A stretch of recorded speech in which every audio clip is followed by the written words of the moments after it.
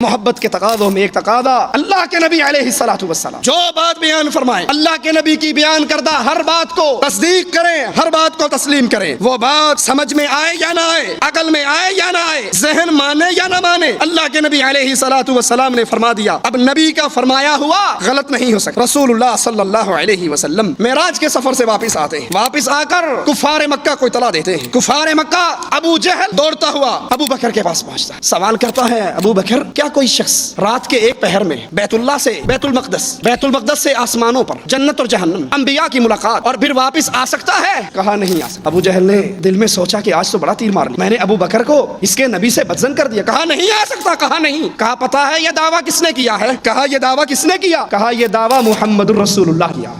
صدیق اکبر کہتے ہیں اے ابو جہل کیا تو نے میرے آقا سے سنا ہے؟ کہا ہاں میں نے سنا ہے۔ اس نے کہا ہے میں رات کے ایک پہر میں یہ کام کر کے آیا۔ کہا اللہ کی قسم محمد سچ کہتے ہیں صلی اللہ علیہ وسلم۔ کہا ابو بکر کیا عقل مانتی ہے سچی محبت کا تقاضا؟ عقل مانتی ہے؟ کہا عقل مانے یا نہ مانے ابو بکر کا ایمان مانتا ہے، محمد کی زبان سے جھوٹ نہیں نکل سکتا صلی اللہ علیہ وسلم۔